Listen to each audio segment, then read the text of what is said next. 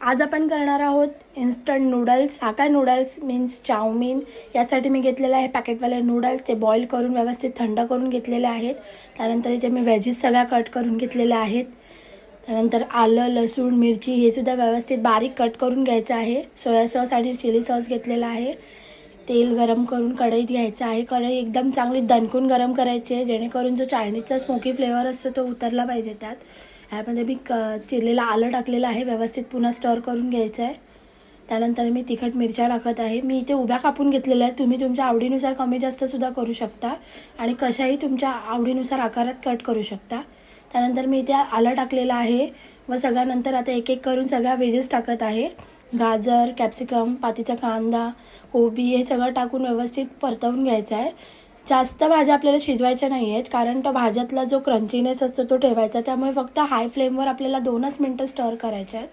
त्यानंतर इथे आपण मीठ टाकून घ्यायचं आहे. मीठ टाकूनसुद्धा 2च मिनटं आपल्याला फक्त परतवून घ्यायचं आहे. हे बघा, व्यवस्थित पुन्हा स्टर करून आणि सगळी प्रोसेस आपल्याला हाय फ्लेमवरच करायची आहे. त्यानंतर इथे रेड चिली सॉस 1 चम्मच टाकत आहे व 1 चम्मच सोया सॉस टाकत आहे. तुम्ही तुमच्या आवडीनुसार ते कमी जास्तसुद्धा करू शकता. तुम्हाला ॲडिशनल हवी असेल तर शेजवान चटणीसुद्धा तुम्ही टाकू शकता. मी इथे प्लेन इन्स्टंट नूडल्स केलेले आहेत. हे बघा व्यवस्थित. त्यानंतर मग नूडल्स टाकायचे आहेत. त्यानंतर मीठ चवीनुसार, व्हाईट पेपर पावडर हे सगळं टाकून व्यवस्थित पुन्हा परतवून घ्यायचं आहे. आणि ही सगळी प्रोसेस पुन्हा एकदा सांगते, आपल्याला हाय फ्लेमवरच करायची आहे, जेणेकरून त्या नूडल्सला रेस्टॉरंटसारखा टेक्स्चर लागेल आपल्याला. व्यवस्थित परतवून मी इथे झाकण लावून जरा 2 मिनटं वाफ काढणार आहे. त्यानंतर मी पातीचा कांदा घालत आहे. तोसुद्धा व्यवस्थित घालून स्टर करून घ्यायचं आहे आपल्याला.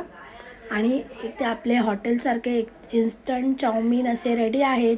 फॉलो करा, सबस्क्राईब करा आणि एकदा तरी नक्की ट्राय करून बघा. घरी कसे झाले आहेत ते मला नक्की सांगा.